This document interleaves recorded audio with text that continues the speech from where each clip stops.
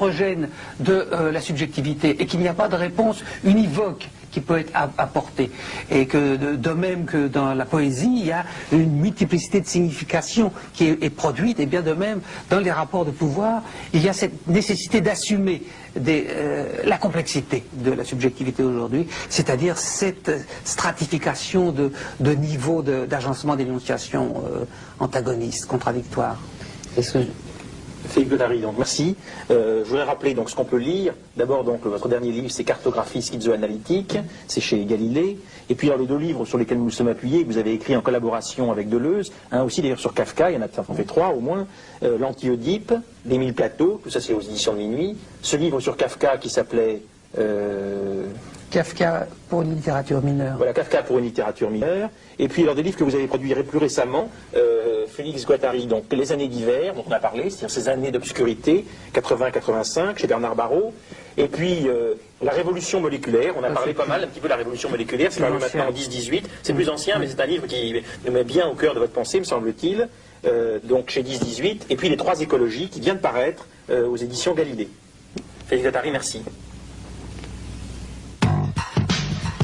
E nesse momento a gente passa, né, dá início aí com Mônica.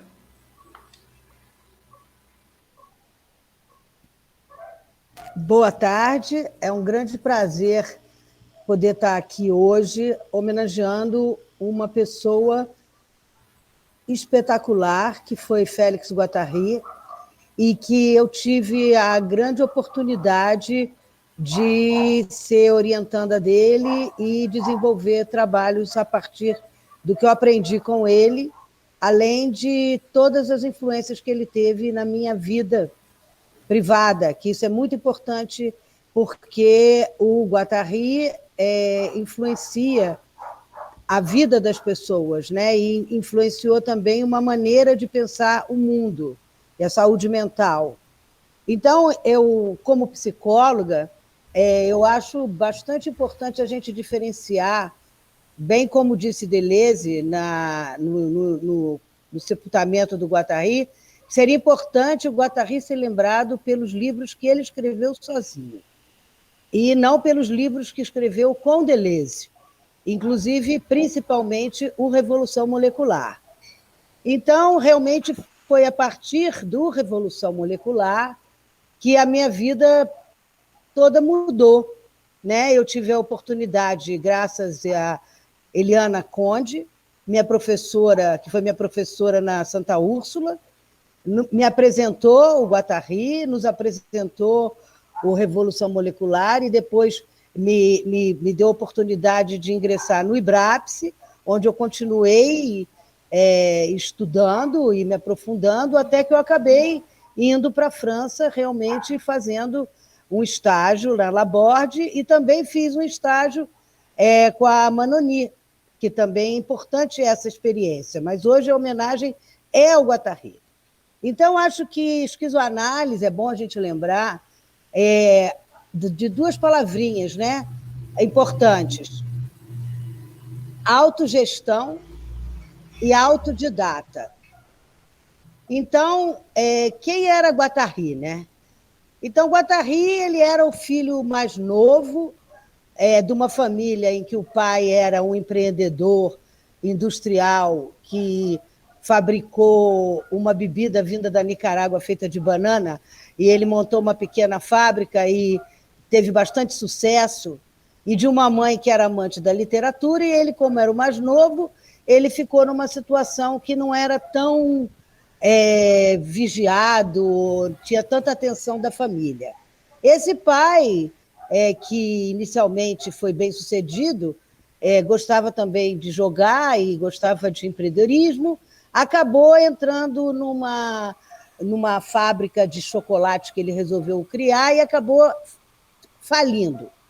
Isso foi uma situação que aconteceu na vida do Guattari, que eu acredito que mudou tudo, porque ele foi mandado para a casa dos avós, né? E quando ele foi para a casa dos avós, ele passou por uma experiência bastante traumática, né? Que, infelizmente, ele presenciou a morte do avô.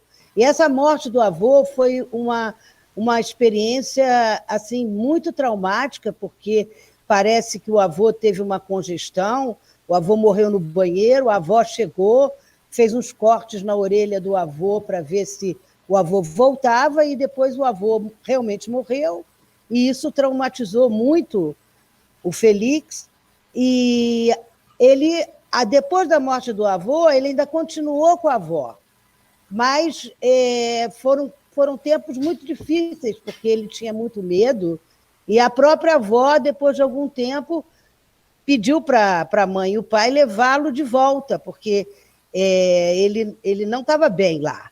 Bom, e aí é que tudo muda, porque quando esse Guattari, que era timidozinho, que era quietinho, volta da casa dos avós, é um novo Guattari, né? Inclusive, o nome dele, Pierre Félix, ele tira o Pierre e passa a usar só o Félix, e que era o nome dado em homenagem a um tio dele que gostava muito de pintura, e ele se transforma num menino, como se diz, o líder do bando, né? Ele começa a pintar os canecos, ele fica um menino totalmente diferente. Então, o que acontece? Ele apronta tanto que a escola da região de onde ele morava, nenhuma escola quis aceitá-lo. Aí ele vai para uma escola mais distante, e aí acontece uma coisa importantíssima, que marcou a vida dele para sempre, que justamente foi ele ter encontrado o Fernand Houry. O Fernand Houry, um pedagogo da pedagogia libertária, e mostra ele que poderia ter um outro tipo de vida possível, né?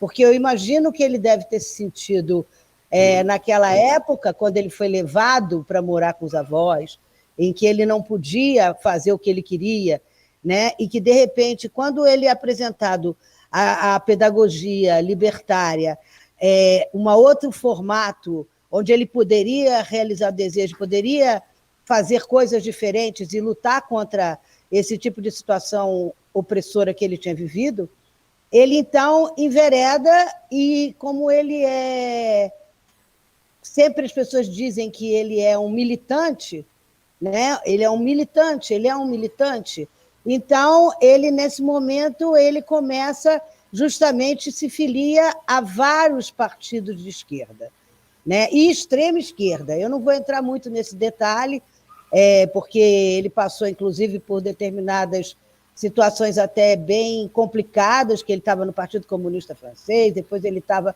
no outro, ele começou a fazer militância junto aos estudantes, e ele começou a fazer militância, falar para grupos, ele começa a ter um papel muito importante na militância de esquerda na França, e ele acaba até indo conhecer a China comunista, ele acaba indo à China.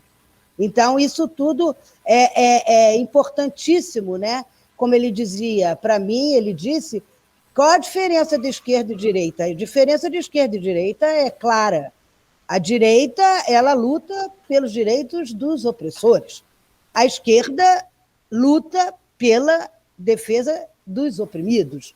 Então, ele se interessava sempre por estar nesses movimentos que buscavam direitos de classes e de grupos em situação de minoria, que ele dizia que eram as maiorias silenciadas.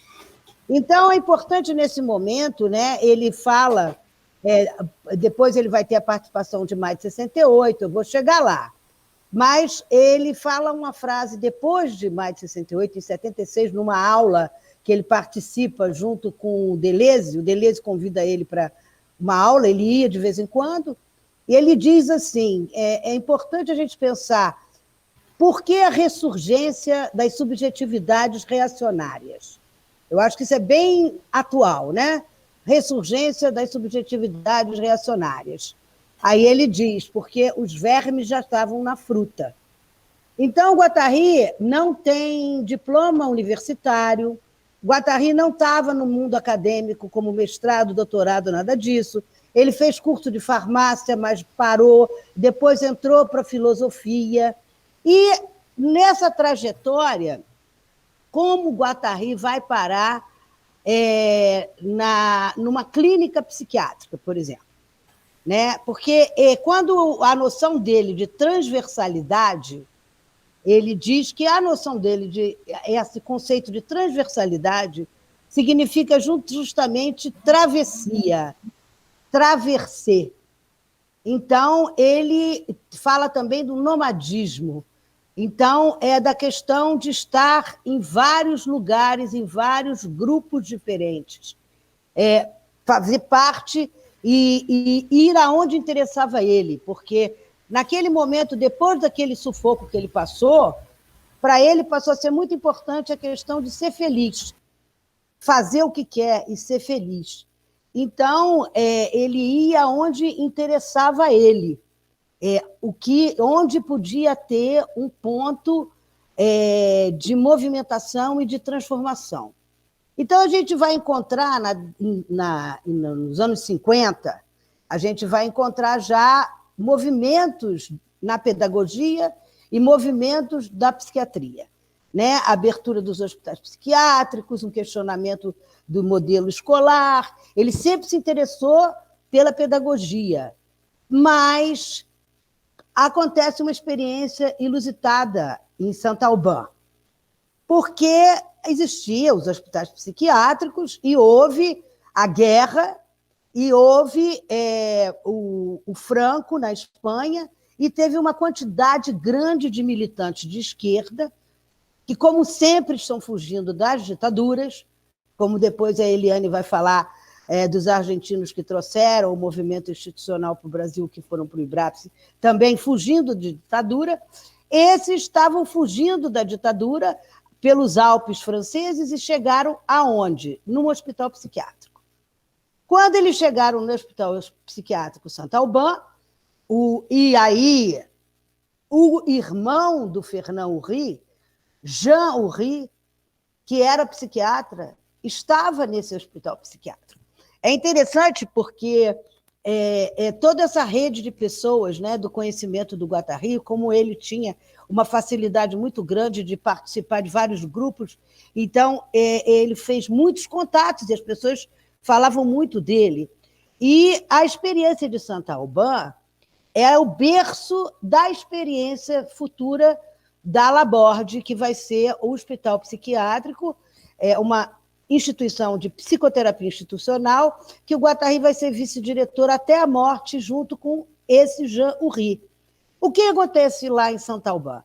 Em Saint-Alban acontece que, quando esses militantes todos chegam lá, refugiados, fugindo da morte, fugindo da guerra, é necessário ali se criar uma outra estrutura. Aqueles pacientes psiquiátricos que viviam isolados, de repente se encontram numa determinada situação em que a convivência coletiva é imperiosa para salvar a vida.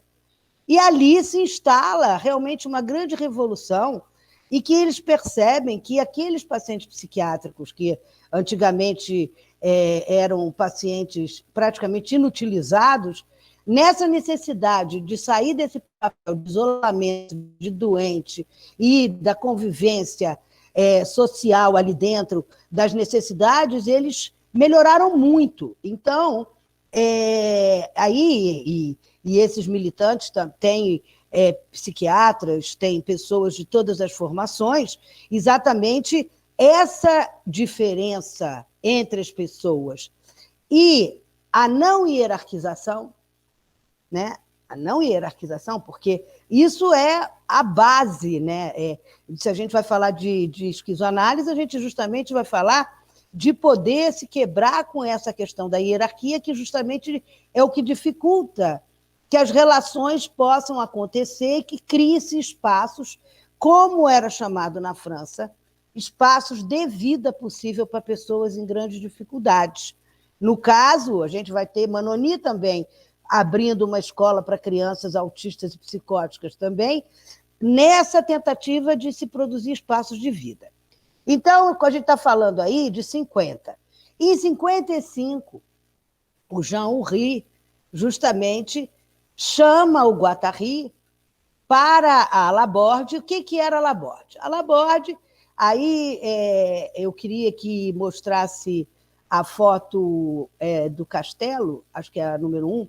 Então, era um castelo da região de Loir-et-Cher, né, que a prefeitura se interessava de montar ali uma clínica que fosse diferente. E Jean Houry, quando teve esse castelo, né, e chamou Guattari, não porque Guattari entendesse alguma coisa de psiquiatria, não porque fosse psicólogo, não. Exatamente para poder ali montar uma vida coletiva e uma clínica diferente, né? Então, quando a gente fala aonde que tem a clínica esquizoanalítica, porque como é que é o tratamento da esquizoanálise, como é que se trabalha a doença mental, como é a terapia e tal. Então, eu acho que nós temos uma referência teórica e prática clara, que é o funcionamento da clínica Courcheverny-Château de Laborde, que funciona até hoje. Na época em que o Guattari foi chamado, ele, como era essa pessoa extraordinária e super aberta e que adorava os encontros, ele chama esses militantes, ele chama esses pedagogos, ele chama um monte de artistas para visitar a Laborde e construir aí um lugar de vida possível. Então, a gente pode pensar claramente como significa, por exemplo, você ter uma casa funcionando. Né? A casa funciona, a cozinha funciona, alguém tem que limpar, alguém tem que cuidar, as pessoas precisam conviver de uma maneira alegre, né? Isso sempre foi muito importante, as pessoas têm que estar juntas de uma maneira saudável, felizes e solidárias, e isso ele traz uma coisa mais inovadora, porque ele inclui os pacientes psiquiátricos. Os pacientes psiquiátricos passam a fazer parte desse coletivo, né? Imagina o funcionamento de um castelo. Então, aí já começa uma quebra importantíssima, né? Por quê? Em primeiro lugar, não existe essa questão, tem um que trabalha nos serviços de limpeza, disso ou daquilo, e tem um outro que vai trabalhar naqueles serviços de atendimento ou de prestação de determinado tipo de cuidado específico que vai ter numa hierarquia, não. Todo mundo fazia tudo. E isso é importante porque também na escola de Bonnet e da Manoni, essa maneira de funcionar também foi implantada. Só que eles já tinham, a partir da experiência de Saint-Alban, implantado e trazido também uma série de oficinas, que hoje a gente chama de oficinas terapêuticas, mas lá eram chamados de ateliês, e aqui nós tivemos a Nilce da Silveira também, introduzindo a arte, introduzindo produções artísticas, introduzindo várias outras produções. Então, a Laborde é um complexo dispositivo, né, de tratamento, como ele chama. Ele chama, que também está lá na foto, que eu não sei como vão aparecer as fotos, e é um lugar de psicoterapia institucional. O que é um lugar de psicoterapia institucional? É você ter uma instituição, porque o termo análise institucional foi criado pelo Guattari justamente para poder se imaginar uma análise das instituições, as funções das instituições, muito influenciado pelo Althusser, que entendeu a questão dos equipamentos coletivos de produção de subjetividade e a massimídia, quer dizer, uma mudança total na sociedade está ocorrendo, né? Houve mudanças na sociedade. Então, é necessário entender como as instituições funcionam, influenciado também por Foucault, Tosquelles, aí o Lowe e tal, porque, pensem bem, a Europa é pequena. Então, as pessoas se encontravam e as pessoas discutiam. Não era igual assim, Fla-Flu, eu sou Flamengo, não me dou com quem é Fluminense. Não é isso. Todo mundo estava ali preocupado em experimentações, coisa muito difícil da gente fazer hoje, né? Eles tinham uma liberdade muito grande de fazer experimentações, e fizeram. Tanto o Manoni fez com as crianças, eu acho também os psicólogos, as pessoas interessadas em trabalhar com autismo, é interessantíssimo procurar os escritos da Manoni, e eu acho também, com relação à clínica esquizoanalítica, interessantíssimo procurar, principalmente, o Revolução Molecular, traz bastante coisa, o Caosmose, no último capítulo, traz bem claramente isso, e não deixando de lado uma coisa que ele percebeu no fim da vida, que, infelizmente, ele foi embora precocemente, a importância das produções de subjetividade. Como que se dá isso? Né? Porque aí, como ele fala, as subjetividades reacionárias. Então, nós vamos ter subjetividades arcaicas, subjetividades progressistas, nós vamos ter tudo isso acontecendo, mas dá para instituições não se cristalizarem em práticas. Então, a psicoterapia institucional, por que ele diz que é uma instituição de psicoterapia institucional? Porque a instituição está sempre se pensando. Então, além das atividades que eram propostas a partir do desejo, não é isso? Então, quando eu cheguei lá, eu tive a oportunidade de ir lá, então eu levei a cultura brasileira, eu tinha outra brasileira lá, e foi perguntado que tipo de ateliê nós gostaríamos de fazer, e foi perguntado aos pacientes se eles se interessavam por aquele tipo de oficina que a gente propôs, e a Inês, que é a psicóloga pernambucana, propôs, e nós fizemos lá as oficinas de bonecos gigantes de Olinda. E isso era como funcionava. As atividades, elas perguntavam para mim assim, mas então como é que é a Laborde? Então, a Laborde, ela era diferente cada dia, porque tinha 50% da equipe que era de estagiários vindos do mundo inteiro, trazendo coisas do mundo inteiro. Então, podia ter um momento que você tivesse uma oficina de argila, um outro momento você tem a oficina de bonecos, como foi o nosso, no outro momento tinha uma pessoa, vamos dizer, que era pintor, aí propunha uma oficina de pintura. O importante era que se mantivesse a instituição viva. E o tempo inteiro, através de muitas reuniões, discussão sobre as nossas práticas, como que a instituição estava funcionando. Outra coisa importante também é que as atividades, independente da pessoa, do médico ser médico, do psicólogo ser psicólogo, todo mundo fazia tudo. Isso também acontecia na escola de Boné, da Manoni. Então, por exemplo, a cozinha, né? A cozinha era a única estrutura lá que tinha o cozinheiro mesmo, porque precisava que a gente, às vezes, tinha 100 pacientes e mais 100 equipes, 100 pessoas da equipe. Então, tinha 200 pessoas para comer. Então, o Guattari falava, não dá para surtar e não ter comida, por exemplo, para essas pessoas todas. Então, tinha os cozinheiros, mas o espaço de produção da alimentação e tudo isso era um espaço também compartilhado e terapêutico. Então, isso também, lá na escola de Boné, a Marie José dizia muito, não é terapia, são coisas, atividades terapêuticas.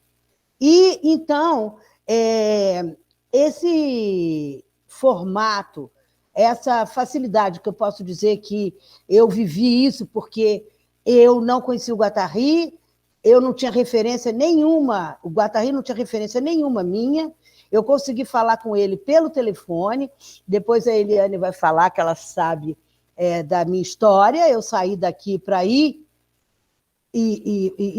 encontrar o Guattari, ir fazer o meu estágio com ele, e eu o encontrei em Nova York, a partir do momento que ele atendeu uma telefonema minha, imediatamente ele marcou, eu estava nos Estados Unidos, nós nos encontramos num Burger King da vida, ele e a Josefine, e fui aceita na Laborde, Ele só disse assim, mande uma carta para a comissão de estágio que você é recomendação minha.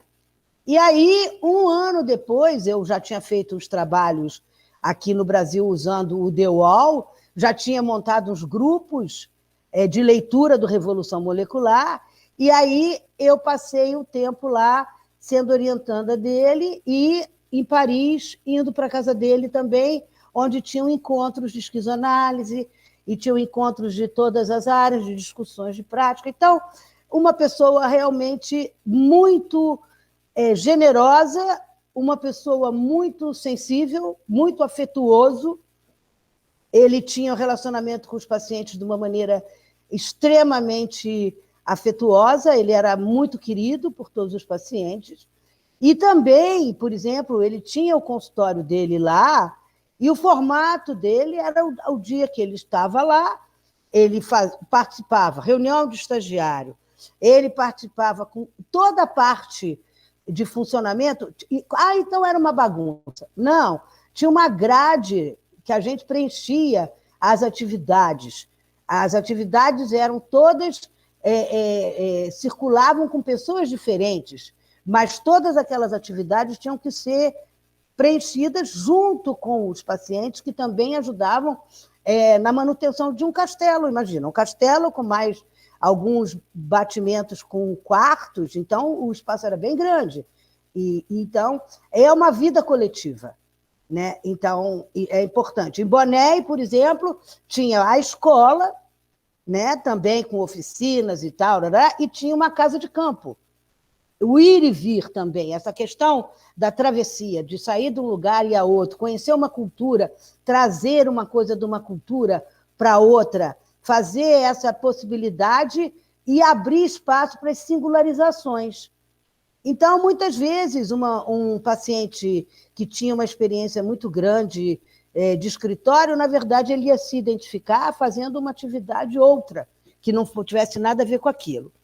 Então, eu acho agora importante a gente conseguir chegar aqui no Brasil, né? Então, quando o Guattari veio ao Brasil, e ele teve aqui, inclusive, encontro com Lula também, porque estava interessado no partido que estava surgindo, o PT, no final da ditadura. Então, tem esse livrinho aí, se vocês quiserem, da entrevista que o Guattari, as perguntas que o Guattari fez, sempre muito preocupado com as guerras, né? No caso, a política internacional aqui, ele perguntou sobre a Guerra das Malvinas, o que o Lula achava, entende? E lá também, quando houve essa questão do Santalban, também tinha toda a questão da Guerra da Argélia, toda uma questão múltipla, né? De que não é um fator só, são muitos componentes de subjetividade. Todos esses componentes influenciam no bem-estar e na felicidade, na saúde mental e física das pessoas. Todas. Então, é por isso que eu acho o Guattari é para todos. Eu comecei a dar minhas palestras para todo tipo de público, apresentando e trazendo Revolução Molecular, usando, sim, o The Wall, um filme. Então, é uma palestra que o Guattari assistiu esse meu trabalho, viu esse meu trabalho. Então, eu acho importante isso.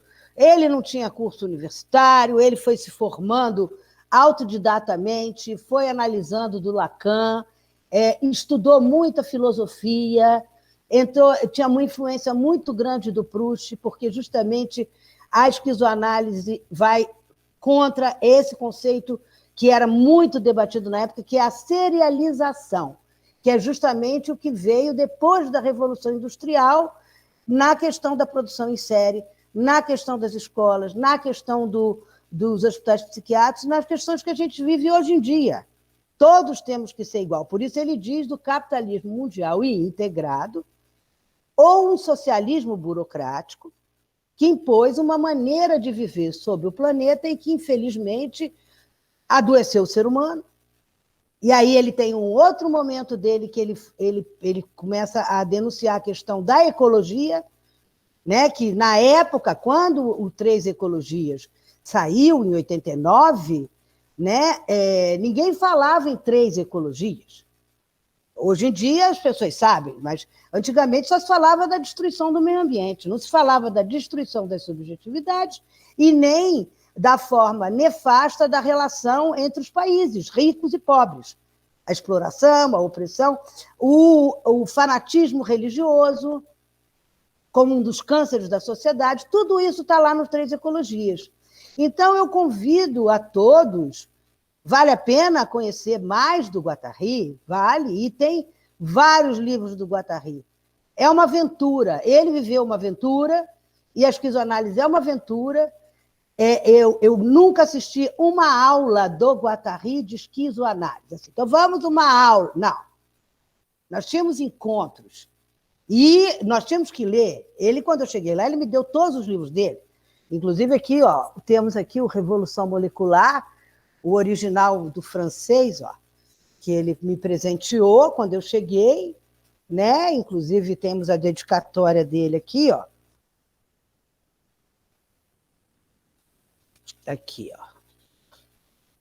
Mônica Silva, como ele me chamava, né? Avec mon amitié Félix.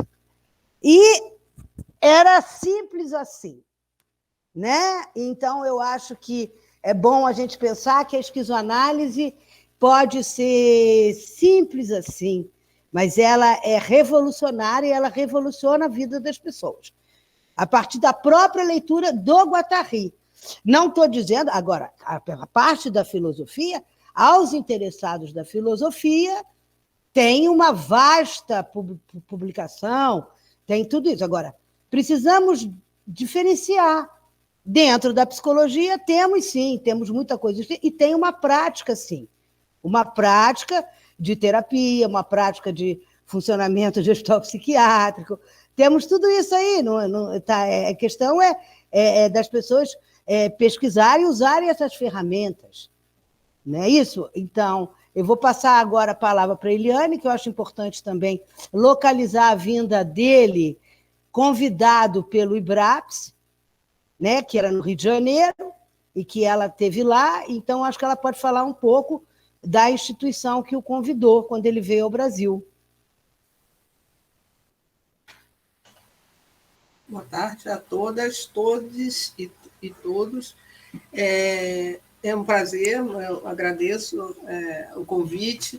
Eu não tenho, é claro, essa experiência tão rica, né, eu gostaria até de ter, na presença, né, com o Guattari enquanto pessoa, né, enquanto vivo. Mas já que a homenagem a ele, né, eu, como fiz parte dessa instituição, o IBRAPS, né, fui da primeira turma do IBRAPS, e lá conheci a Mônica, e o IBRAPS é uma instituição que inaugurou aqui no Rio de Janeiro, né, onde estou, em 1978. Então, é uma instituição que se formou de um grupo de argentinos que chegou aqui, refugiados, né, da ditadura civil-militar na Argentina em 76, e aqui no Brasil, nesse momento, tinha uma efervescência política, né, como a Mônica já referiu, né, o nascimento, né, do Partido dos Trabalhadores, né, como também um partido que tinha na sua liderança, né, um operário que naquele momento, né, que a gente também ainda estava vivendo uma ditadura civil-militar, empresarial, mas já saindo saindo desse momento, né, e outros movimentos também aconteciam nessa época, né, e eu acho que foi um momento propício, né, para que uma instituição assim tão diferente das outras, né, que até então se instalavam, né, que eram muito mais as instituições psicanalíticas, né, e essa instituição veio com um modelo de psicanálise institucional, né. Então, eu fiz parte dessa instituição de 79 a 83, e tínhamos lá também uma clínica, né, social, e com trabalhos muito mais voltados para uma vertente mais grupalista institucional.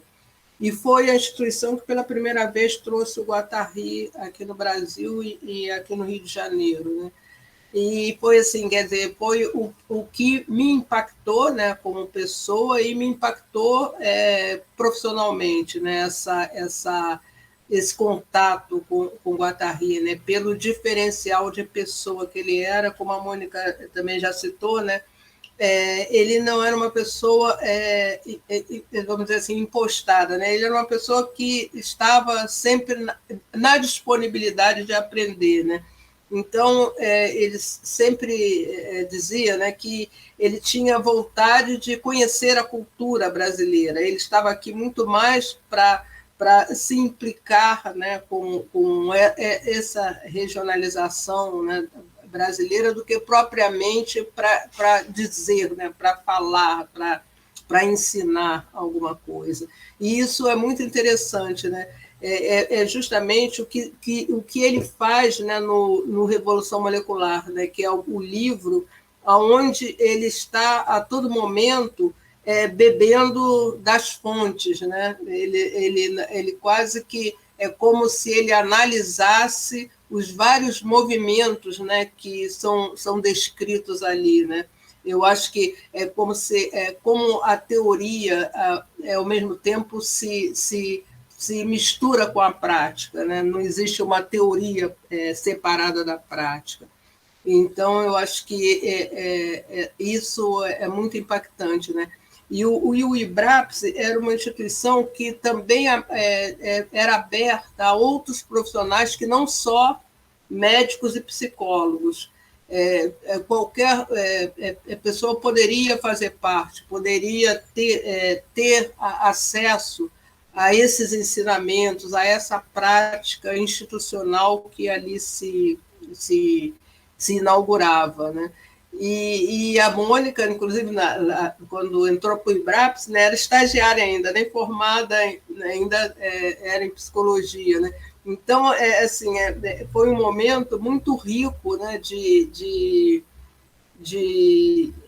impulso, né, para quem viveu, né, aqueles momentos ali. Então, eu acho que é isso. Eu acho que, mais ou menos, gostaria assim, que as pessoas mais conversassem, participassem, né, para que a gente pudesse falar mais um pouco, né, dessas impressões, né, que eu acho que para a gente não ficar só nós aqui, né, falando.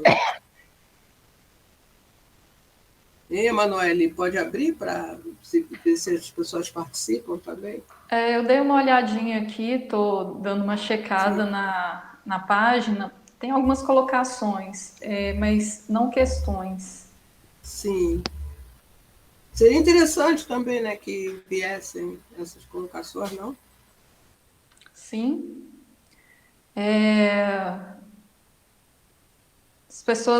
Algumas pessoas têm ressaltado, né, a atualidade do Três Ecologias, falando quanto é fundamental, principalmente por ser algo, né, que trata bastante sobre as subjetividades, nesse momento, inclusive, né, ultra arcaicas.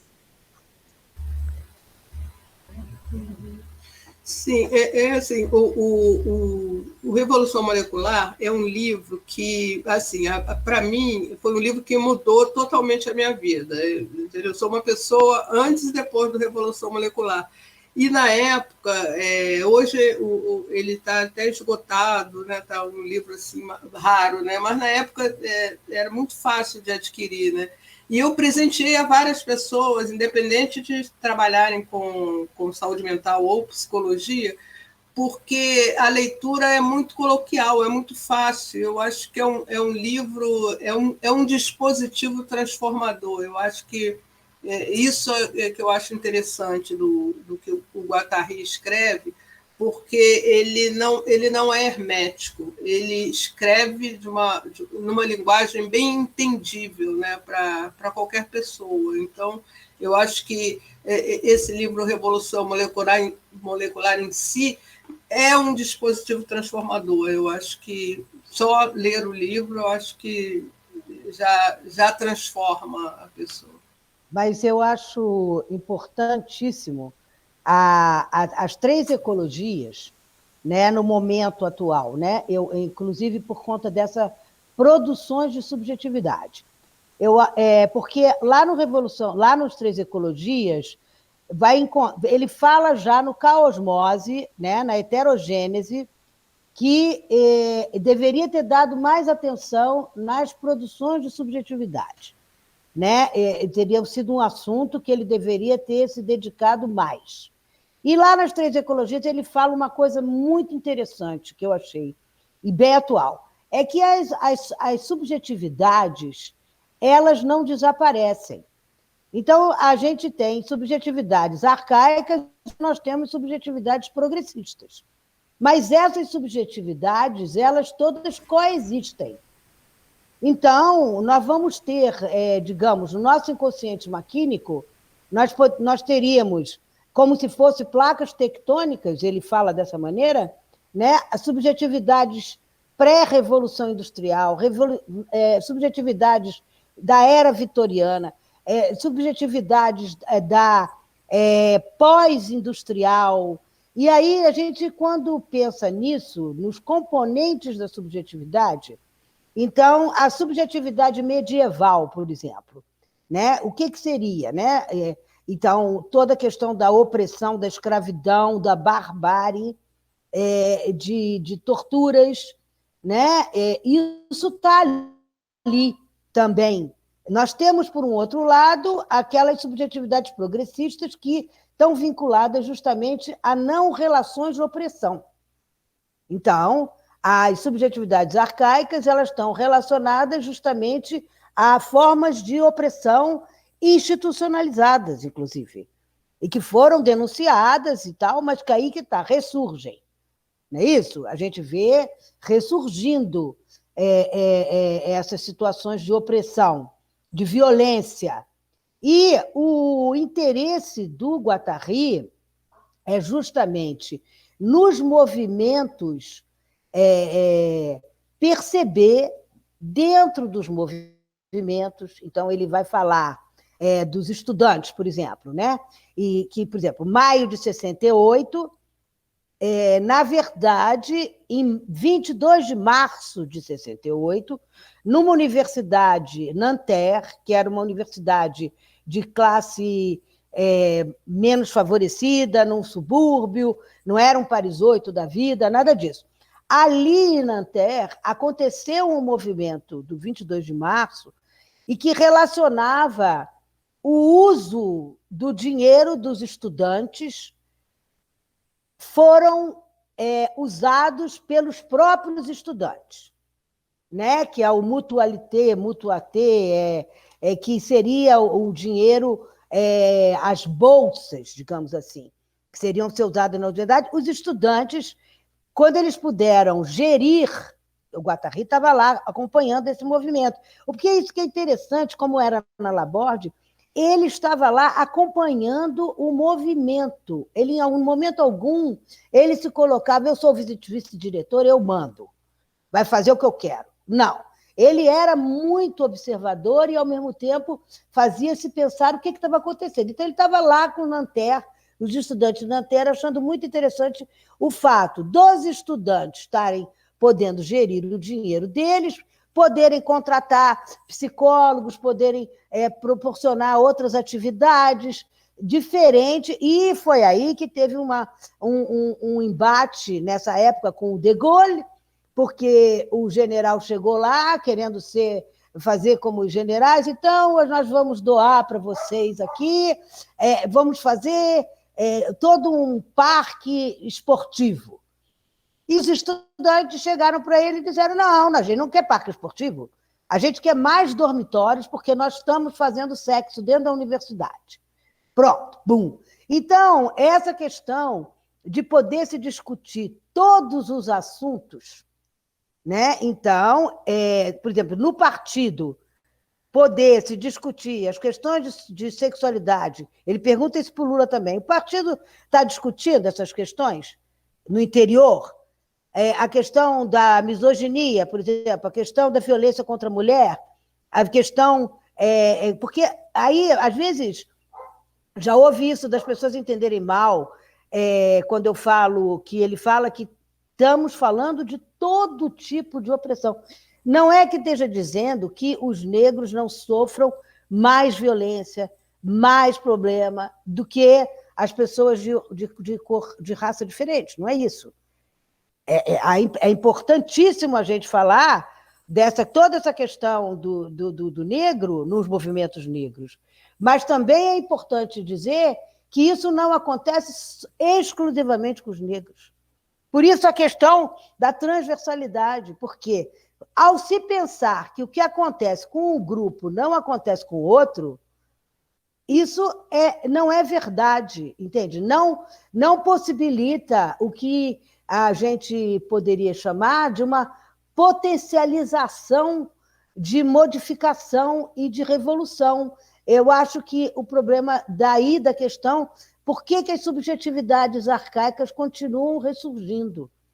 Então, quando ele fala do fanatismo religioso, lá nas 3 ecologias, como dos cânceres da sociedade, nós estamos tendo aqui, temos o fundamentalismo islâmico e temos o fundamentalismo cristão. Falando assim, a grosso modo, né? Ambos são baseados na repressão sexual. Claro, só uma coisa é óbvia, e a negação aos prazeres.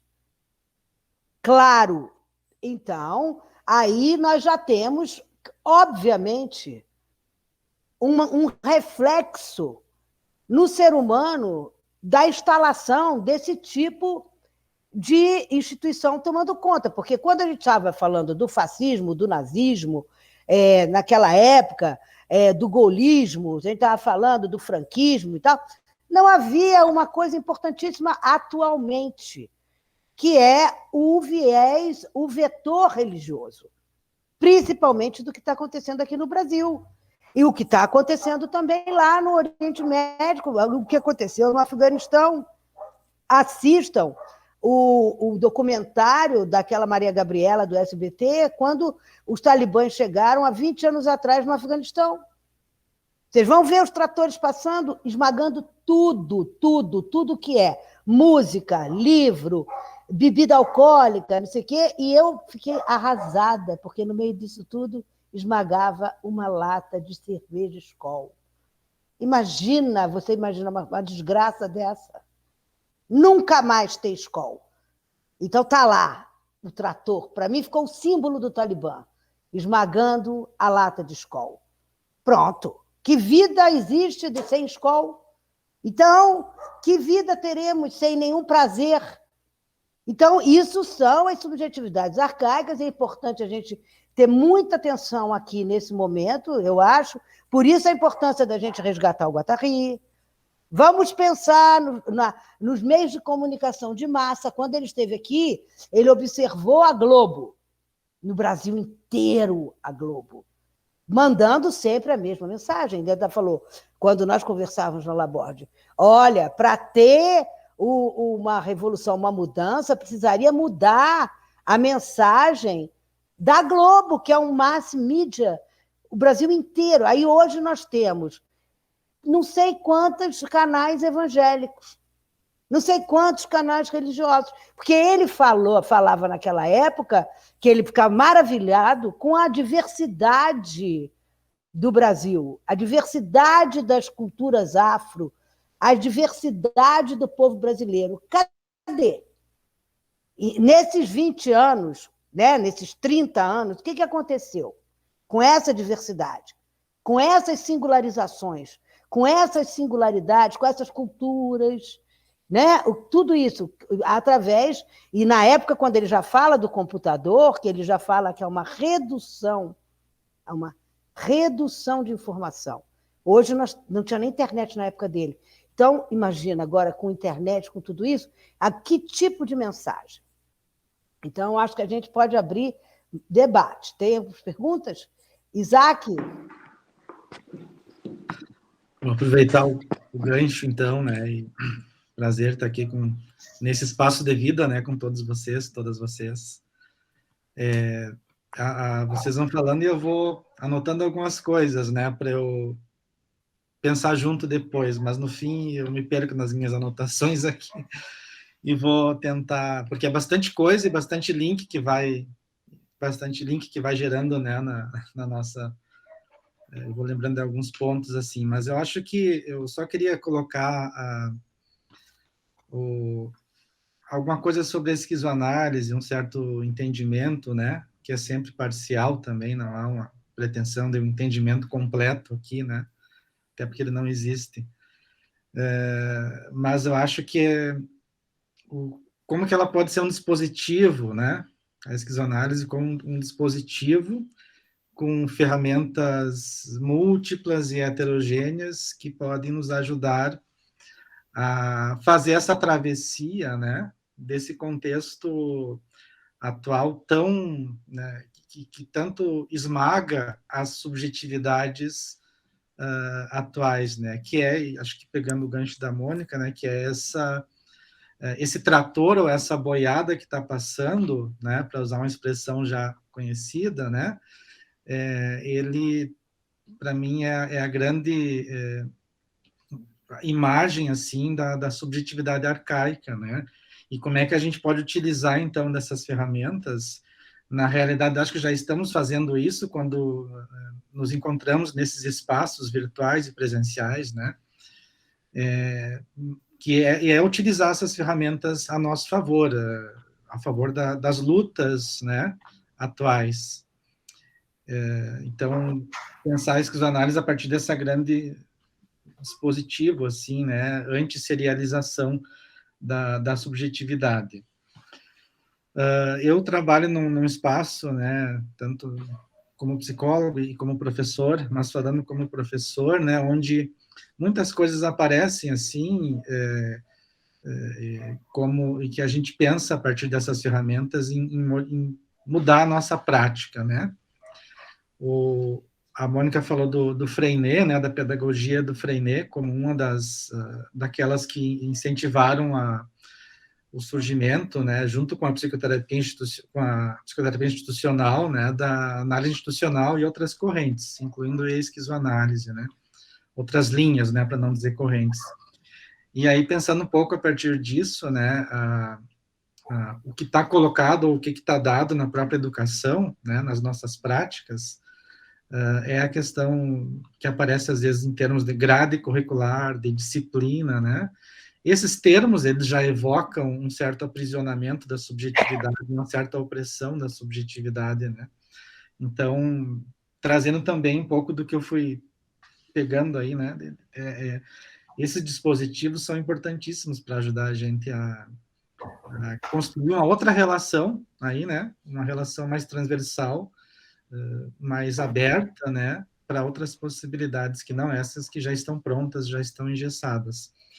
Não é nenhuma pergunta, eu acho, então foram só alguns fragmentos de como eu fui me afetando com as falas, né, e era isso por enquanto também. Vamos ver. Tem uma questão aqui, a Mara colocou, que ela pergunta, né, se vocês acham possível hoje em dia uma prática esquizoanalítica nos serviços públicos de saúde. Bom, eu claramente tenho uma prática esquizoanalítica dentro do SUS, entende? Eu trabalho, eu agradeço muito, quero agradecer muito meus pacientes aqui de Patidão Pérez, né? Porque sem essas pessoas eu não poderia falar sobre isso aqui, porque, na verdade, são 19 anos de trabalho no município. Eu trabalhei na educação e trabalho na saúde agora, dentro de uma unidade básica de saúde. E eu construí, junto com os meus pacientes, um espaço de vida. É possível, a prática é diferente. Então, vou contar uma coisinha, por exemplo, né? Eu trabalho com crianças, porque quando eu vim para cá, eu fui alocada numa creche. A gente implantou um funcionamento de uma creche. Essa creche depois foi até premiada. A diretora da creche era uma pessoa maravilhosa, eu não entendia nada de criança, porque eu só tinha estado com crianças de boné.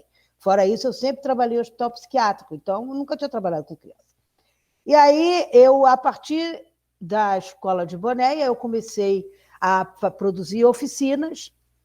A sala era um pouco mais ampla do que a sala que eu tenho hoje. A sala hoje é menor, mas eu continuo fazendo, né? Na verdade, isso é indispensável, entende? A persistência, entende? Não é fácil. Eu acho que não é fácil ser esquizoanalista. Então, eu houve vários momentos. Eu fiz intervenção institucional aqui, dentro de escola pública, também. Um trabalho enorme, foi muito bom. Então, é possível se você aproveita as brechas. No caso das crianças, das oficinas, o que houve? Né? Conforme vai havendo... primeiro que você tem que começar a fazer rápido, para ninguém entender que aquilo ali que você está fazendo é revolucionário, que vai mudar, que você está questionando o status quo, nada disso. Como que começa rápido. Aí, quando a coordenação, né, de saúde mental começou a perceber, na época, o grau, né, porque eu trabalhava com as crianças, eu trabalhava com as mães das crianças, eu trabalho com as famílias, entende? Eu trabalho com todo mundo que está envolvido naquela situação, né? Não é totalmente diferente. Então, houve uma compra de brinquedos, né? Porque eu tive a oportunidade, eu tive amigos americanos que doaram muitos brinquedos, inclusive deram verba para esse projeto de educação que foi feito numa escola pública aqui na região bem necessitada, da região agrícola, né? Que aqui é uma região de produção de tomate. E esses brinquedos, essas coisas todas, a sala da saúde mental, a minha porta era no fundo e a saúde mental era aqui, né? Então, aqui era a saúde mental e aqui era a minha sala. E as mães e as crianças ficavam sentadas do lado de fora. E aí a porta da saúde mental abria e fechava. Abria e fechava. E as criancinhas sentadas ali, e as mães das criancinhas ali também, e elas perceberam que dentro da sala estavam os brinquedos e os jogos e os fantoches, tudo que tinha sido pedido para elas e que não era entregue, entende? Porque o objetivo era acabar com o trabalho, entende? Porque não gostam de criança não vota. Então, o trabalho com criança é árduo. Principalmente as crianças que não são as criancinhas serializadas obedientes, que eu não sei onde é que eles acham que existe. Mas é o objetivo, normatizar. Então, eles devem ter esse modelo de criança. As minhas não são assim, são sempre as mais complicadas, as mais agitadas e tal, são as que são encaminhadas para o serviço de psicologia, certo? Muito bem, o que aconteceu? As crianças totalmente apoiadas pelas mães, e havia uma professora primária, que era minha paciente também, que por acaso estava ali naquele dia. Invadiram a sala da saúde mental e pegaram todos os brinquedos, todos os jogos, e levaram para dentro da sala de psicologia. Entende? E ficou, e foi isso. Eu tenho essas fotos, no mesmo dia nós fizemos teatro com os fantoches que eram nossos, entende? Então, aí, hoje, como continua a situação? Eu tenho as crianças, quer dizer, se você quiser mais tarde saber como é que eu trabalho, esses anos todos, como é que eu trabalho, tanto com os adultos como com as crianças, em primeiro lugar, o desejo é deles. E depois eu não dou alta para ninguém. A pessoa está bem, vem. Não quer mais vir, para. Falo de todas as questões necessárias. Faço como faria num consultório particular. Qual é a diferença? Nenhuma. Agora, acontece também que tem determinadas linhas de fuga e tem que criam, como o Guattari chama, efeito bola de neve. Então, eu trabalho institucionalmente também, Eu, muitas vezes, estou sempre em contato com a justiça, estou sempre em contato com a assistência social, estou sempre em contato com a saúde, claro que eu estou, e estou sempre em contato com a educação, entende? Eu acho que também tem trabalhos realizados pela que, infelizmente, não pôde estar aqui hoje, Maria Luísa Dielo, em Cruz Alta, que o Isaac conhece, um trabalho também maravilhoso na saúde mental, com CAPS de criança, entende?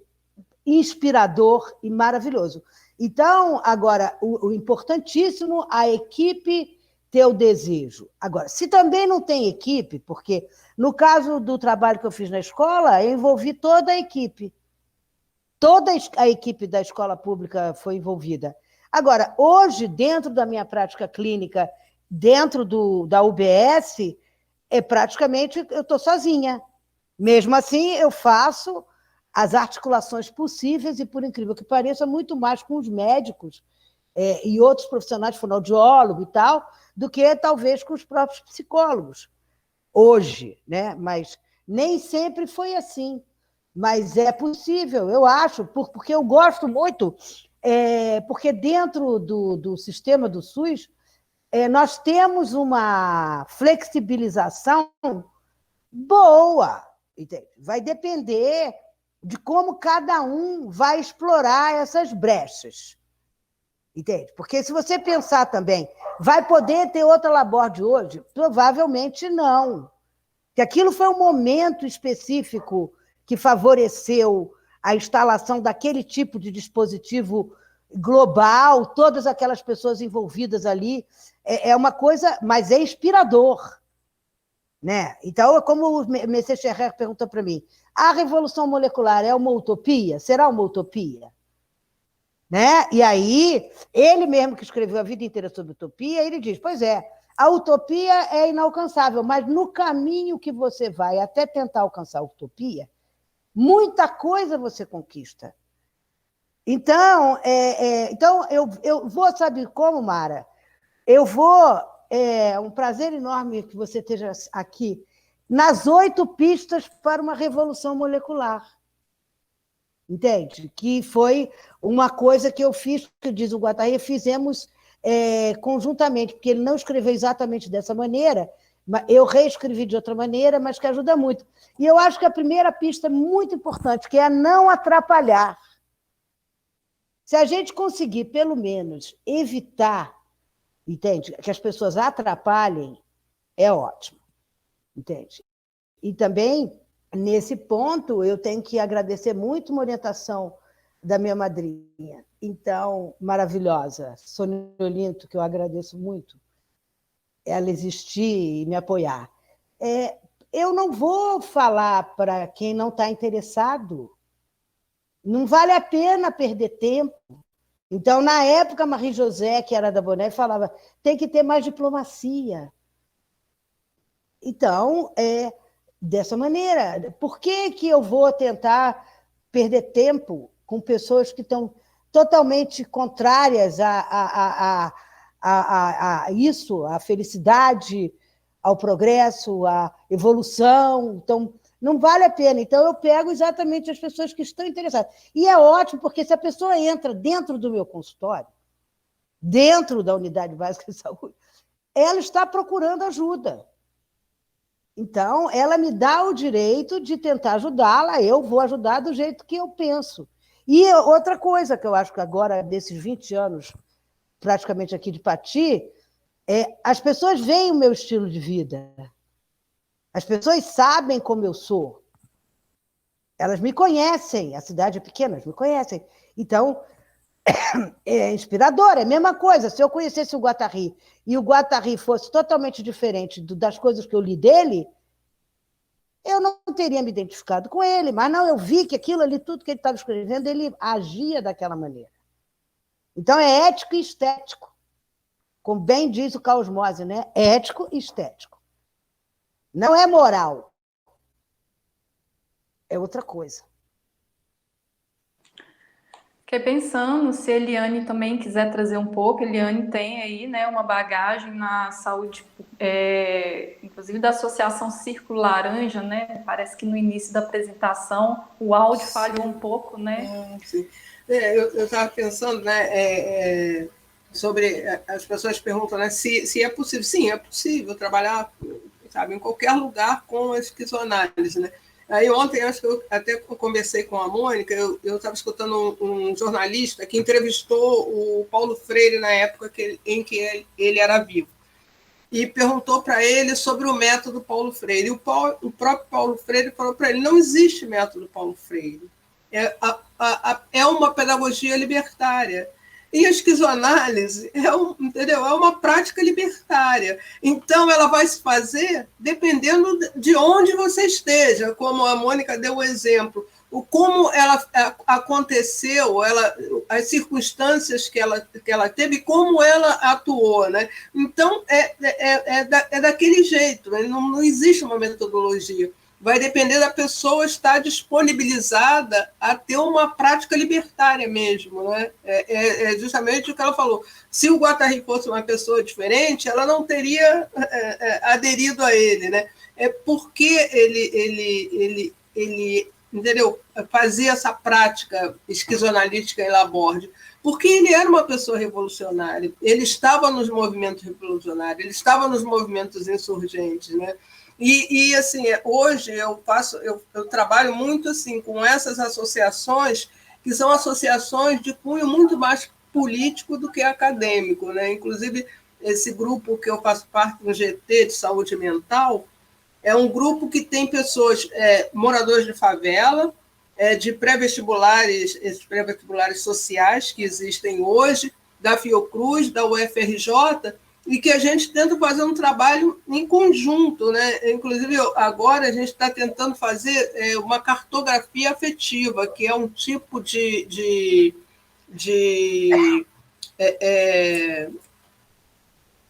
me fugiu a palavra. É uma estatística, mas que você, no mapa, você pode pensar o discurso das pessoas entendeu? Que fazem parte da estatística. Não é uma estatística estática, né? É uma estatística entendeu? Afetiva, que você, ao mesmo tempo que você tem os dados, mas você também tem a palavra da pessoa entendeu? Que fez parte dos dados. A pessoa não é só um número ali, né? Então, para isso, a gente precisou, entendeu? Conversar e ter uma aula com uma pessoa que entende desse tipo de estatística. Então, o trabalho faz você fazer alianças, né? E links. Né? Eu acho que é isso. Eu acho que a esquizoanálise é isso. Né? Você se dispor a sair desse seu lugar, do conforto. Né? Principalmente a questão da hierarquia. Né? Então, se você, por exemplo, eu tenho pessoas que eu conheço bastante que fazem trabalhos em CAPS aí, em outras cidades, e que as equipes se colocam num posicionamento, acima de tudo, não hierárquico. Né? Porque esse aqui eu acho que é importantíssimo. Autogestão, e não a hierarquia, entende? Porque, por exemplo, a Laborde aconteceu porque as pessoas quiseram, os meus esquizo-encontros aconteceram porque as pessoas querem, esse encontro que nós estamos fazendo aqui, todo mundo que está aqui porque quis, nós inventamos. Então, eu acho que é por aí, correndo riscos e procurando criar afetos. Eu tenho várias pessoas também que eu já fiz contato em vários lugares, porque houve o desejo. Né? E agora, realmente, se militarizar as relações, hierarquizar, usar essas subjetividades arcaicas, não dá, realmente. Entende? Então, por conta disso que eu acho que no fim da vida, eu continuo dizendo, ele foi embora prematuramente, porque ele estava com 62 anos, e bonzão, entende? Então, foi uma coisa que pode acontecer qualquer morte súbita, mas que realmente essa maneira de fazer circular o poder, por fazer a coisa de uma forma autogestiva, fazer onde haja... ouvir o que o outro deseja, a opinião, entende? Que ninguém... Por exemplo, no caso do paciente, se a pessoa partir do princípio que a gente não sabe nada daquele paciente quando ele senta na frente da gente, nada. Então, e também não existe neutralidade. Então, o que o Guattari perguntava na reunião dos estagiários, que era ele que fazia a reunião com a gente, estagiários de toda parte do mundo, né? Então, ele perguntava, uma vez um estagiário perguntou, mas então o que a gente fala para o paciente na terapia? Aí o Guattari falou, o óbvio. Entende? Ele falou, o psicólogo luta contra o quê? O suicídio. Então, ele estava lá e não permitia ficar naquele lugar de mestre, do sabe-tudo. Então, são exatamente estratégias que você, entende? Você arma para evitar cristalizar essa relação de poder que dificulta a troca, né? Então, flui. Se as pessoas percebessem como fica melhor as relações sem essas tensões todas e opressões todas, e o resultado, como é maravilhoso, foi porque o Guattari falou. Ele, quando conheceu maluco, doente mental, para ele, eles eram dantescos, entende? Porque babavam e tal. Ele não tinha nenhum tipo de intimidade com o doente mental. Ele só foi lá porque estava tendo um movimento dentro da psiquiatria. E ele acompanhou o movimento dos técnicos de enfermagem psiquiátricos, que foi quando houve a pergunta, mas é só os psiquiatras que discutem os hospitais psiquiátricos? Aí falou, não, e os técnicos de enfermagem psiquiátricos? Está na hora deles também darem opinião. E aí foi igual fogo no meio da palha. Aí, do mesmo jeito, quando chamaram os próprios pacientes para falar. Então, houve essas coisas foram possíveis porque houveram várias coisas que foram acontecendo passo a passo. Entende? É a mesma coisa, não tem que ter porta-voz. Ele falava, a voz porta-se muito bem sozinha. Então, cada um poder... A única questão ali, como na Laborde, você abre espaços para as pessoas poderem falar livremente agora. Se você está num lugar que a pessoa abriu a boca, vai ser castigado, vigiar e punir, não dá. Então, mas muita coisa ali foi possível até quando veio o Sécurité francês, que é o NPS francês, e pegou para administrar tanto a Laborde como a Manoni, a escola de Boné. E mudou tudo, porque antigamente também quem mantinha a Laborde eram os próprios pacientes e as famílias. É a mesma coisa do estudante. Quando o dinheiro foi para a mão dos estudantes, eles puderam pegar e usar o dinheiro do jeito que quiseram. Então, a gente também tem que ter essa noção, né, de que são vários fluxos que estão acontecendo nas instituições. Mas nunca podemos perder a visão institucional, a visão de fazer uma crítica, uma avaliação permanente da instituição e de todos os membros da instituição, para a gente entender o que está acontecendo. Então, é por isso que não se pode fazer as coisas tão segmentarizadas.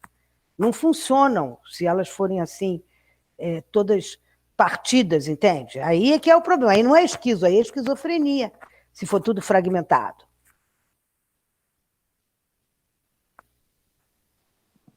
E a fragmentação é um dispositivo ótimo, né, assim, de poder. Você quer comentar alguma coisa, Isaac? Vou comentar rapidamente, Emanuele. A gente nós, né, enquanto sociedade, somos subjetivados por um pensamento dual e, né, por antagonismos, né? Então, ou isso é bom, ou isso é ruim, ou tem o polo A versus o polo B, né? E estava pensando que essa discussão sobre os arcaísmos que foi colocada, né, as subjetividades arcaicas, né, nessa fala que foi mencionada, né, nessa participação do Guattari, a convite do Deleuze numa aula, né, ele coloca lá pelas tantas que não é que uma coisa esteja separada da outra, né? Marcou muito quando eu fiz a leitura e tem uma parte da fala, né, que está no texto né, que está colocada assim, né, que o maio de 68 já nasce, né? O verme já está instaurado, né, na fruta quando acontece o maio de 68, né? O verme, nesse caso, as próprias formas de subjetividade arcaica. Então, elas não se extinguem, né? Acho que a Mônica falou um pouco disso no início, e parece ser um ponto importante, né? Primeiro, se livrar dessa subjetivação dual, né? De lógica de opostos, né? Ou dialética, se quisermos, para pensar uma outra subjetivação que vai num espaço de luta, né? De lutas, vai estar tudo junto no que vamos chamar, os autores vão chamar, né, num plano de imanência. Tudo acontecendo aqui, agora e ao mesmo tempo, né? Como diz o Beckett, é aqui agora, né, que as coisas estão acontecendo. Então, eu acho interessante essa ideia de que o que decorre depois do maio de 68, né, é o que o Guattari chama dos anos de inverno, né? E essa é um exemplo de como a fruta já estava com um certo nível de contaminação, mas não tinha como ser diferente também, né? E aí, para pensar hoje também como um certo, isso já foi falado também, né, mas só para enfatizar, como esse regurgitar, né? A Mônica disse assim, né, dessas coisas todas, né? Desses elementos arcaicos. Então, se a gente, eu quero dizer assim, onde é que eu quero chegar, né? Me parece, se a gente percebe as coisas, a realidade dessa forma, fica mais fácil localizar e realizar as estratégias de luta, né? Me parece assim, de luta nesse campo social. Se a gente conseguir se deslocar desse pensamento dicotômico, né?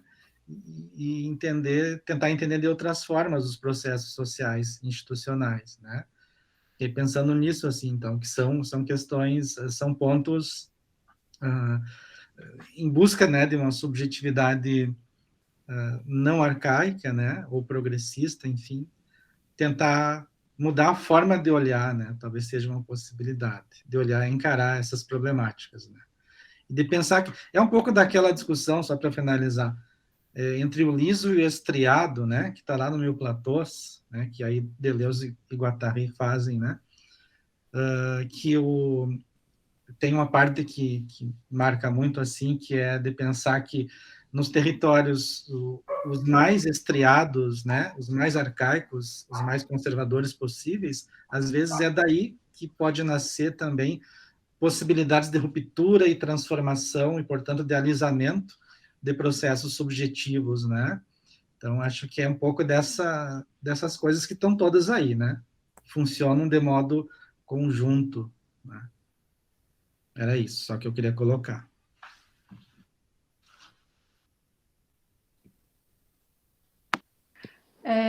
Tem uma colocação aqui também, eu achei interessante isso que o Isaac traz, né? Fiquei pensando assim, o nome do livro, né? Revolução Molecular, né? Mônica que gosta sempre muito de falar do molecular, né, Mônica? Que é essa retomada, né, de pensar os processos subjetivos ancorados em processos sociais, né? E não essa dicotomia, né, que o Isaac traz, né, de que uma coisa não tem nada a ver com a outra. Exato. O molecular, ele vem também na questão da micropolítica, né? Então, é por isso que quando a gente fala que começa uma modificação na própria pessoa, né, que a Eliane falou, Revolução Molecular mudou a vida dela, Revolução Molecular mudou a minha vida, E realmente a maneira de viver muda, molecular, não adianta, ele fala muito claramente na revolução molecular. Não teremos mais revoluções globais, né? Aí depois a gente vê que está tendo revolução, sim, arcaica, né? Aí ele cita lá no Heterogênese, aquela parte lá do Oriente Médio, essas revoluções que estão tendo, como essa agora, do Talibã. Isso a gente está vendo, né? Agora, as revoluções progressistas poderem ser molares, assim, globais, ele já não via essa possibilidade já quando ele estava escrevendo Revolução Molecular, entende? Então, quando a gente fala como psicólogo, não seria essa a função do trabalho terapêutico? Molecularizar, né? E poder, porque a transformação é de cada um, entende? Não se iludir que a gente vai poder, então agora vamos fazer uma revolução no Brasil como um todo. Não. E, ao mesmo tempo, é importante a gente perceber essa apropriação dos meios de comunicação de massa e muitas técnicas das psicologias comportamentais, né, sendo usadas em larga escala, entende? Pelas igrejas e pela mídia de massa, pelos canais, entendeu? À vontade. Quer dizer, isso está acontecendo. Não é à toa que a gente vê o que houve no avanço dessas subjetividades arcaicas nos últimos 20 anos, repara. Eu acho que se o Guattari chegasse no Brasil hoje, eu não sei nem se ele reconheceria o Brasil. Entende? Porque você vem para ver, pensar o que era o Brasil. O que era o Brasil quando eu tinha, por exemplo, a sua idade? E o que o Brasil é hoje? Entende? E eu fico pensando nesses adolescentes, ninguém merece, entende? Esse tipo de subjetivação coletiva num país como o Brasil. Olhem como é que era o Afeganistão. Entende? Eu estou falando dessa história do Afeganistão há mais de 10 anos, gente. Porque era o que aconteceu lá? Entende? Aconteceu alguma coisa muito grave, muito séria, está acontecendo. Agora, nesse momento, não é? A gente não está tendo essa coisa arcaiquíssima, se você for pensar nisso. Porque lá na França houve um problema grave.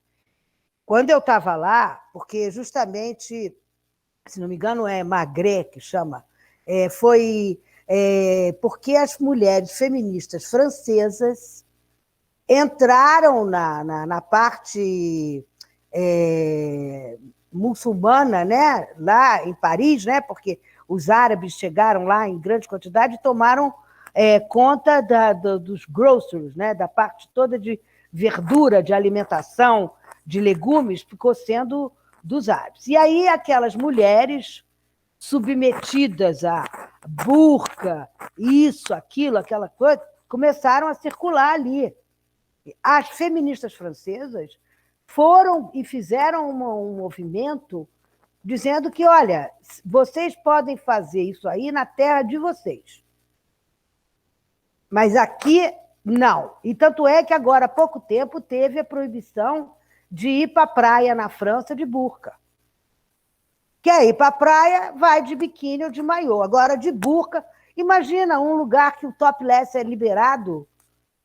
Você tem as mulheres de topless e as outras de burca. Entende? Então, teve alguma coisa que aconteceu lá, naquela época, em que eu estava lá, eu sempre tinha contato com o movimento feminista, porque eles perceberam que tinha alguma coisa muito séria acontecendo, né, de perda de direitos, né, das mulheres, que foi conquistado a duras penas. Né, porque, se você vê bem, de 1900 para cá, as conquistas todas foram muito grandes, o movimento feministas, todos esses movimentos que tiveram por mais direitos e lutas pelas liberdades, que imediatamente vem alguma coisa e vai criticar. Não, não é bem assim, porque o movimento devia ser... Não, mas houve ganhos inacreditáveis, né? E que, de repente, numa fração de segundo, a gente perde tudo. Porque o que eu acho que as feministas francesas pensaram, bom, daqui a pouco somos nós que temos que andar de burca, senão eles matam a gente. Não é isso? Porque quando viu, já estava aquele negócio, já estava a galerinha de burquinha e tal, em Paris, já imaginou? A praia, Ipanema agora, burca, na praia de Ipanema. Entende? Então, eu tive uma situação aqui de um paciente meu que queria muito conhecer o Rio de Janeiro. E era fervoroso. Um grande religioso. Então o que tem para fazer no Rio de Janeiro? Nós podemos visitar o Cristo Redentor. Não posso visitar o Cristo Redentor porque como é que se chama? Proibido estátua. Idolatria. Bom, então posso passar pelas praias. Não. As praias eu não posso, porque estão todas as mulheres peladas na praia. Como é que eu posso ir na praia? Não posso ir na praia. Então então nós podemos ir, quem sabe, ao restaurante. Uma churrascaria maravilhosa e tal. Não posso não, porque tem bebida alcoólica. Conclusão, o homem nunca foi ao Rio de Janeiro, morreu sem ter ido ao Rio de Janeiro. Então, o que a gente está falando é do redução. Vai reduzindo a vida. Né? Por esse ou por... Como o Guattari falava, gosta de tudo que é trans. Agora, transcendental, para ele, é um pouco demais. Porque se Deus falou que não pode, ninguém pode mais falar mais nada. Então, é sobre essas coisas que nós precisamos discutir molecularmente. Porque conforme o troço vai andando, vai a passos largos, entendeu? A repressão e a opressão. Então, acho que o Guattari é uma boa ferramenta para a gente pensar, porque ele pensou muito. Ele, quando tinha prostituta que não podia trabalhar, mas eles chamam o Estado cafetão, foi até para a cadeia por causa disso lá. Por quê? O Estado obrigava elas a ter o carteira de saúde, obrigava elas a pagar imposto, mas não deixava elas trabalharem. Aí, quando teve dos travestis, lá foi ele de novo, mais uma vez foi também preso. Então, sempre estava nessas lutas, né? Pelo direito. Por isso que ele diz, não são minorias, são as maiorias silenciadas. Porque a gente tem que pensar que esse tipo de situação pode chegar a um grau de violência, como está acontecendo, grande. E a gente perder direitos, entende? Daqui a pouco, a gente não, tudo que a gente conquistou, perde-se.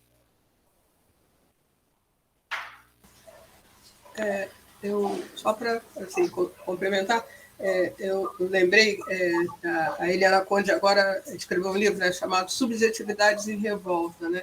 Aí ela fala justamente dessa questão, né, norte-sul, né, da colonização norte-sul, né, que aí eu lembro também que ela traz também o Fanon, né, que falava muito sobre essa descolonização, né, porque a colonização entre os países do norte e sul, eles não colonizam só nações, né, é um projeto, né, eles colonizam racionalidades, subjetividades, gênero, raça.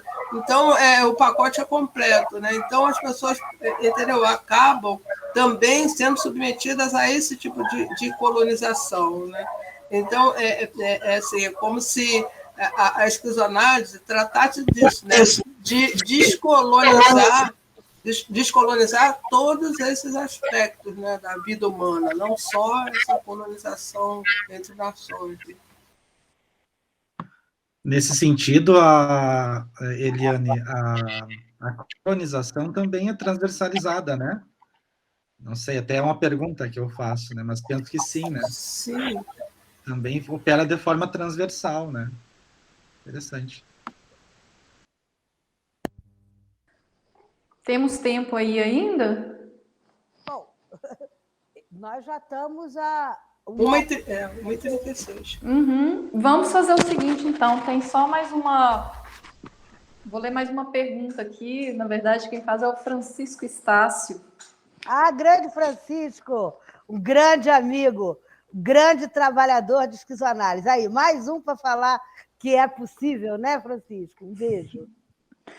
Ele pergunta como podemos pensar as consequências da pandemia na produção da subjetividade contemporânea.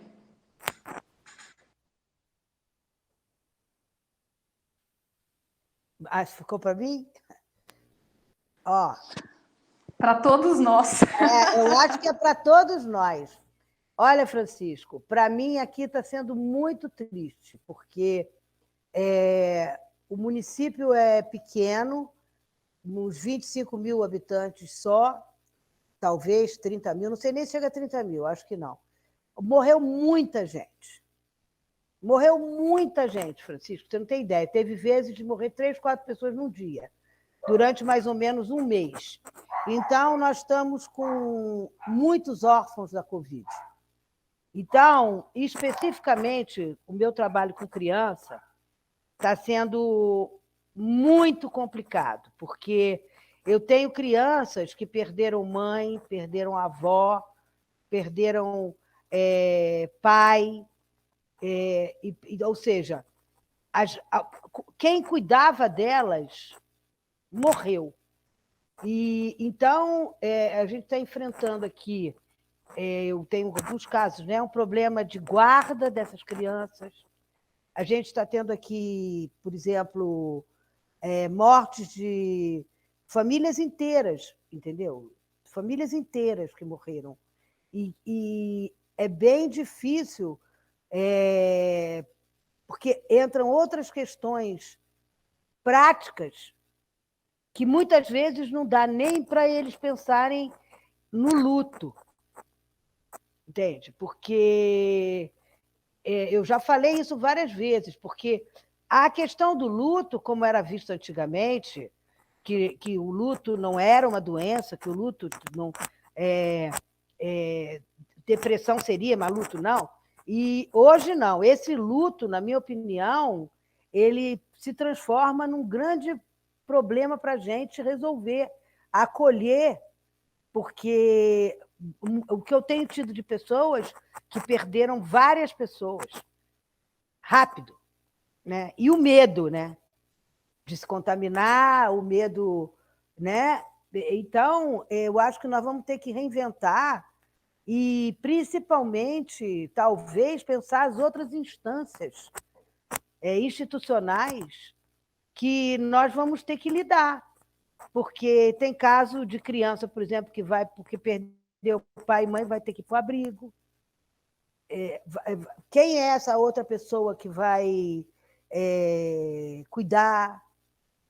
A mulher que perdeu o marido e que ficou sem renda nenhuma, o marido era tudo para ela e ela tem aquela posição de dependência e que, de repente, se viu sem nada. Então, pós-pandemia, que a gente ainda não está no pós-pandemia, mas nós já estamos tendo um efeito grande no psiquismo, nas subjetividades e na vida de muita gente. E o pior, né? A gente tem que enfrentar, para mim, por exemplo, o não sei.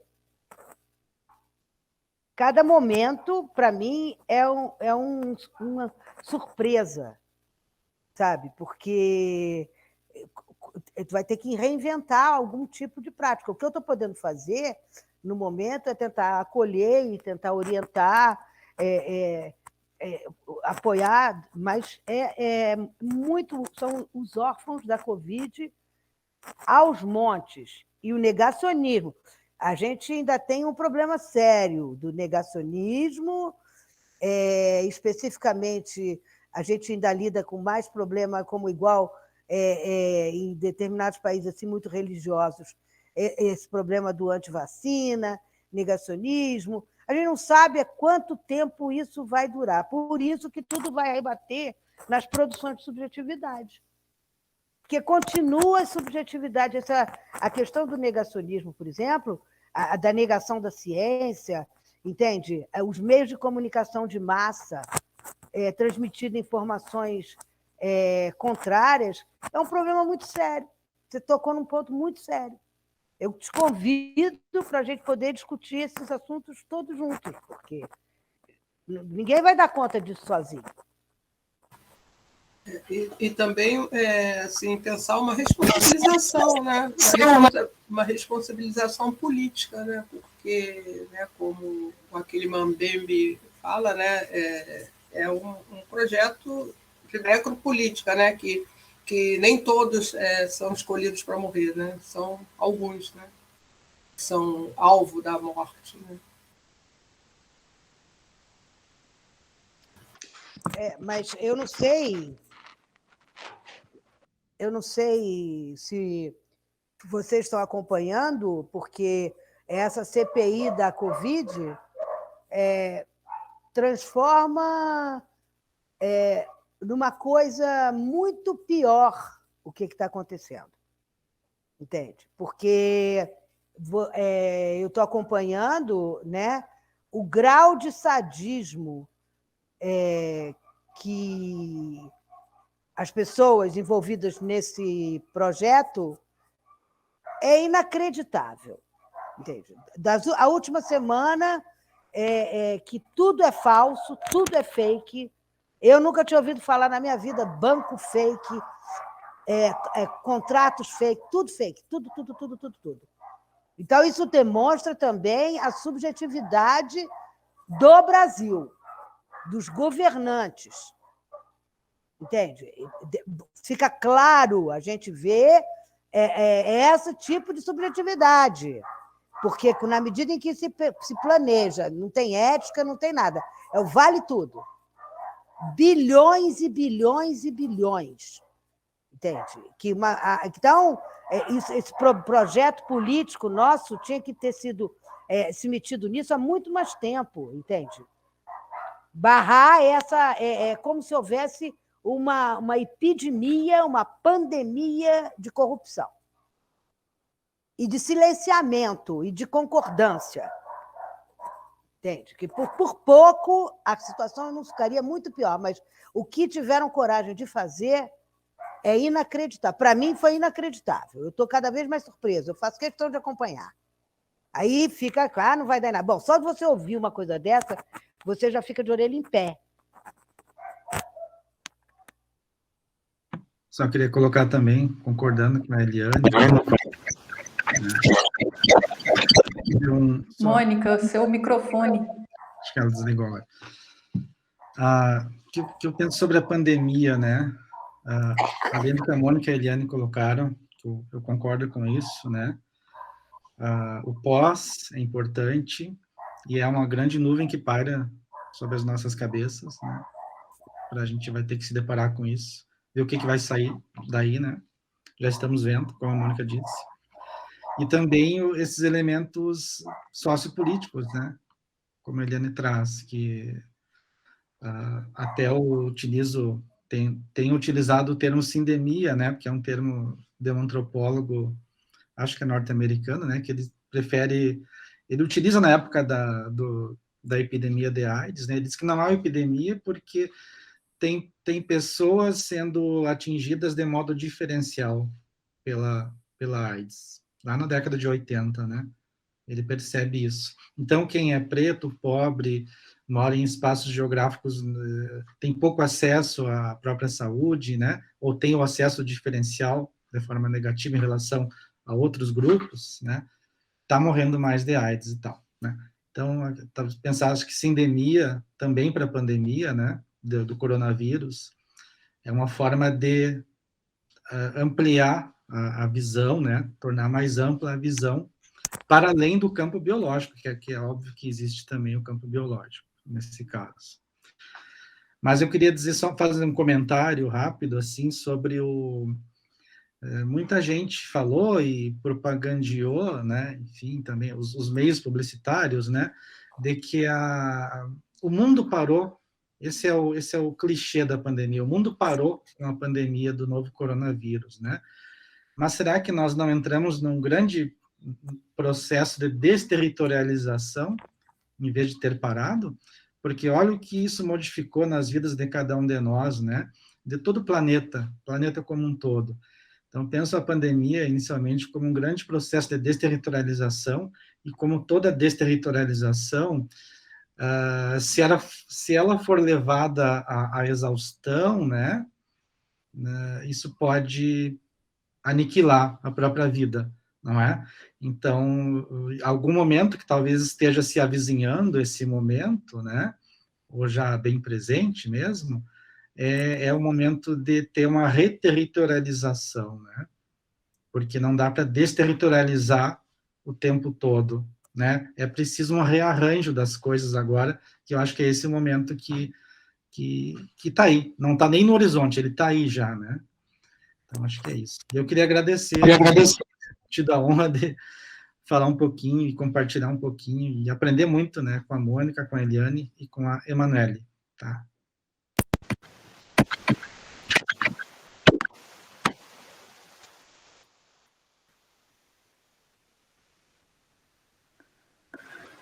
Não estamos te ouvindo. Agora foi? Agora foi.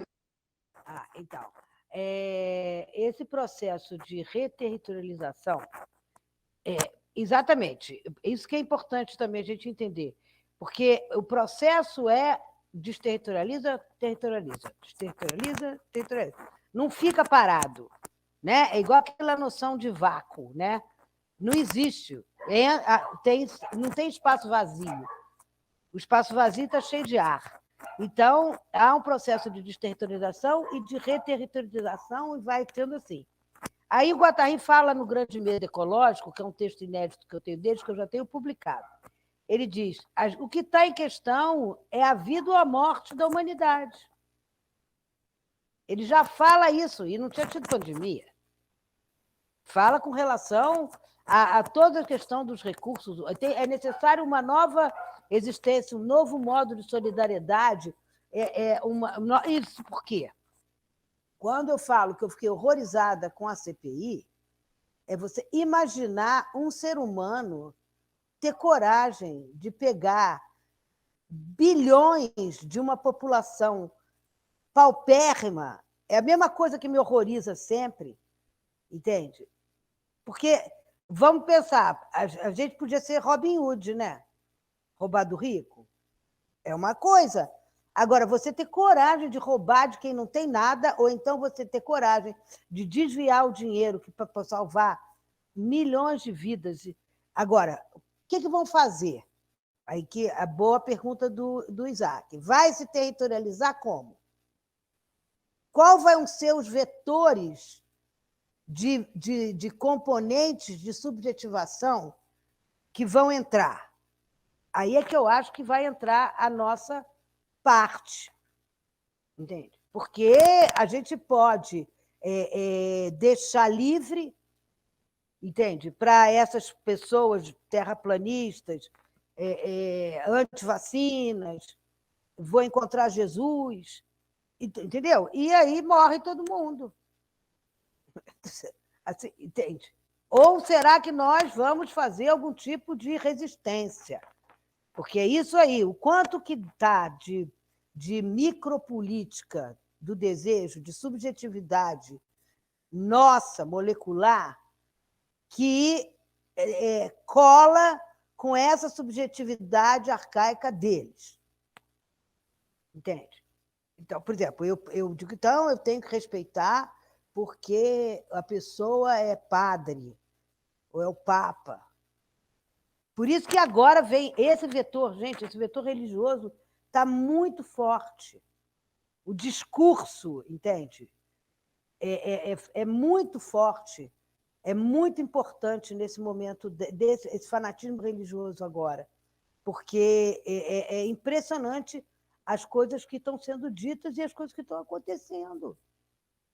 Que, ou das duas, uma, ou a gente vai passar por uma coisa progressista realmente, e quem sabe a gente vai se salvar, entende? Porque a ameaça é muito grande por conta de quê?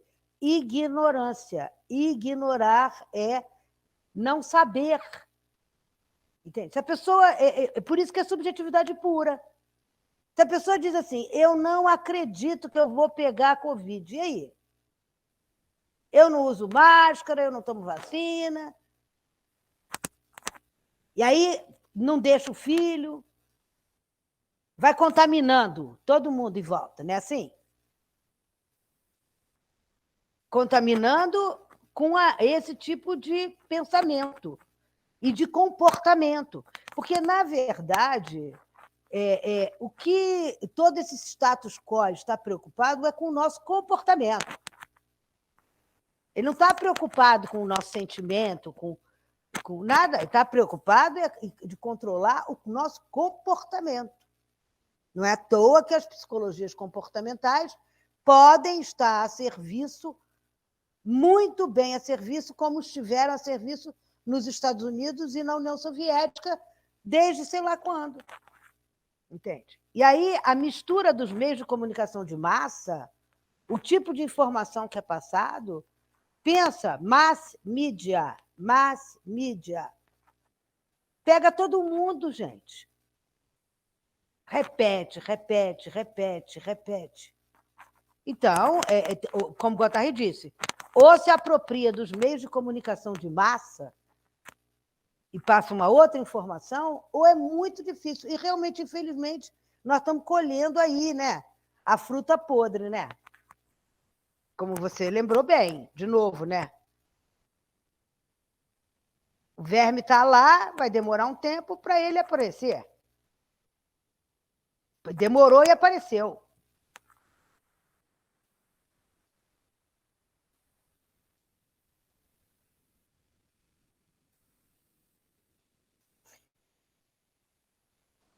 O que vocês acham, gente? Estamos já, vai fazer 2 horas. Uhum. Sim. Minha barriga diz que sim. As nossas. As nossas. Uhum. Bom, então vamos fechando, né? Bom que ficam várias discussões para um próximo momento, né? Queria agradecer aqui quem participou conosco, Isaac, Eliane, Mônica, né? E o Maxwell também, né, gente? Que viabilizou a nossa live. Exato. Isso, Obrigada, agradeço. Maxwell. Maxwell Obrigada. Santos. Eu agradeço muito a vocês que toparam essa aventura. Mais um episódio. Foi tudo rápido, vamos fazer. E quem assistiu também, muito obrigada, Maxwell. E bom fim de domingo para todo mundo, né? Obrigada a todos, todas e todos. Obrigado, um abraço. Boa tarde, gente.